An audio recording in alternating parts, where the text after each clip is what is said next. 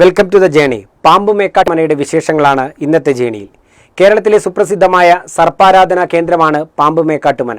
കേരളത്തിൽ തൃശൂർ ജില്ലയിൽ മുകുന്ദപുരം താലൂക്കിൽ വടമ വില്ലേജിലാണ് പാമ്പുമേക്കാട്ട് ഇല്ലം സ്ഥിതി ചെയ്യുന്നത്.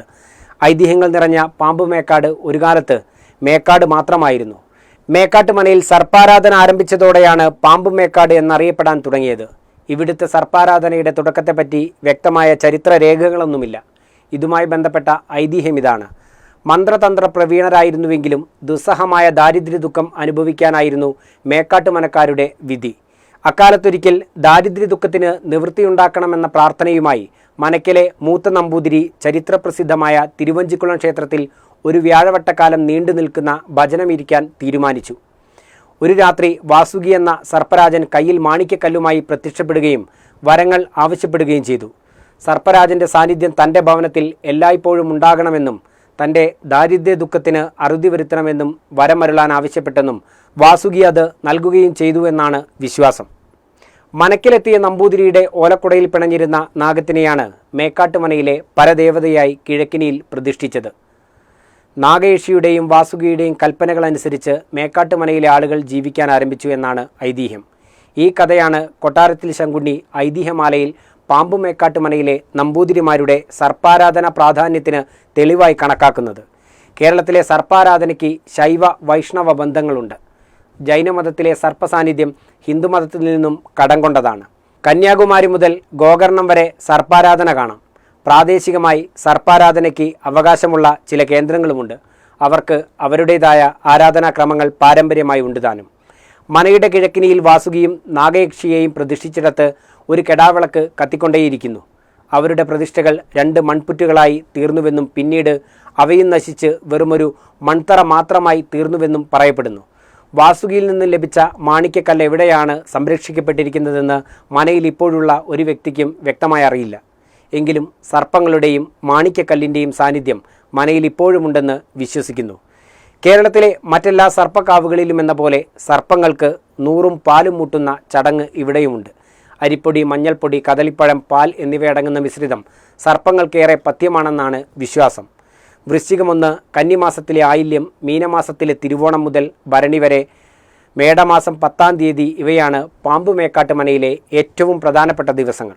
മനയിലെത്തുന്ന നാഗങ്ങളെ യാതൊരു കാരണവശാലും ഉപദ്രവിക്കരുതെന്നും മനപ്പറമ്പ് കിളയ്ക്കുകയോ ഉഴുതുമറിക്കുകയോ ചെയ്യരുതെന്നും പറമ്പിൻ്റെ ഒത്ത നടുവിലുള്ള 8 കെട്ടിലെ അടുക്കളയിലല്ലാതെ മറ്റൊരു ദിക്കിലും തീ കത്തിക്കരുതെന്നും മറ്റുമുള്ള നിർദ്ദേശങ്ങളാണ് ഇവിടെയുള്ളത്. പാമ്പുമേക്കാട്ട് മനയിലെ അംഗങ്ങൾ നാഗങ്ങളെ പാരമ്പര്യങ്ങളെന്നാണ് വിളിക്കുക. മനയിൽ ഒരു ജനനമുണ്ടായാൽ ശിശുവിനെ സ്വീകരിക്കാൻ പാരമ്പര്യങ്ങൾ എത്തുമത്രേ.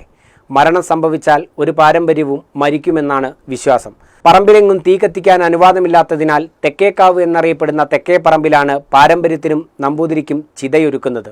മനയിലെ അംഗങ്ങളും നാഗങ്ങളും തമ്മിലുള്ള ആത്മബന്ധം ഇവിടെ പ്രകടമാണ്. ഏകദേശം 6-7 വർഷങ്ങൾക്ക് മുൻപ് വരെ പാമ്പുമേക്കാട്ട് മനയിൽ എണ്ണയിൽ നോക്കൽ എന്ന ചടങ്ങ് നടത്തി വന്നിരുന്നു. മനയിലേക്ക് വേളി കഴിച്ചു കൊണ്ടുവരുന്ന സ്ത്രീകൾക്കാണ് കുടുംബത്തിൽ സ്ഥാനം. അങ്ങനെയുള്ള സ്ത്രീയായിരിക്കും ഈ ചടങ്ങ് നടത്തുന്നത്. ഒരു പാത്രത്തിൽ കെടാവിളക്കിലെ എണ്ണയെടുത്ത് അതിൽ നോക്കിക്കൊണ്ട് സർപ്പദോഷങ്ങളെക്കുറിച്ച് പ്രവചിക്കുകയും അതിന് പരിഹാരം നിർദ്ദേശിക്കുകയുമാണ് ചെയ്തിരുന്നത്. ഇതിന് പ്രത്യേക പരിശീലനം അത്യാവശ്യമാണ്. അതുകൊണ്ടായിരിക്കാം ഇത് കൈവശമാക്കാൻ ആരും ശ്രമിക്കാതിരുന്നത്. മാത്രമല്ല, പ്രശ്നങ്ങൾക്ക് പരിഹാരം നിർദ്ദേശിക്കാൻ ജ്യോത്സ്യന്മാർക്ക് കഴിയുമെന്നതിനാൽ ഈ മനക്കിലേക്ക് സർപ്പദോഷമുണ്ടോ എന്നറിയാൻ വേണ്ടിയല്ല, ദോഷപരിഹാരത്തിന് വേണ്ടിയാണ് ആളുകൾ വരേണ്ടത് എന്ന് മനക്കാർക്ക് തോന്നുകയുമുണ്ടായി. അങ്ങനെ എണ്ണയിൽ നോക്കലെന്ന അപൂർവ ചടങ്ങ് പാമ്പുമേക്കാട്ട് മനയ്ക്ക് അന്യമായി എന്ന് പറയാം. അതുപോലെ തെക്കേക്കാവിൽ വളരുന്ന ഒരു ചെടിയുടെ ഇലകൾ പറിച്ച് മനയുടെ തെക്കിനിയിൽ വെച്ച് കാച്ചിയെടുക്കുന്ന ഒരു പ്രത്യേകതരം എണ്ണ കുഷ്ഠരോഗത്തിന് വിശിഷ്ടമായ ഔഷധമായിരുന്നു അത്രേ. വർഷങ്ങൾക്ക് മുൻപ് തന്നെ ഈ രോഗചികിത്സയും നിന്നുപോയി. മനക്കിലെ ഇന്നത്തെ ഒരു വ്യക്തിക്കും ആ സസ്യത്തെക്കുറിച്ചോ അതിൻ്റെ ഔഷധ ഗുണത്തെക്കുറിച്ചോ കാര്യമായി ഒന്നും തന്നെ അറിയില്ല.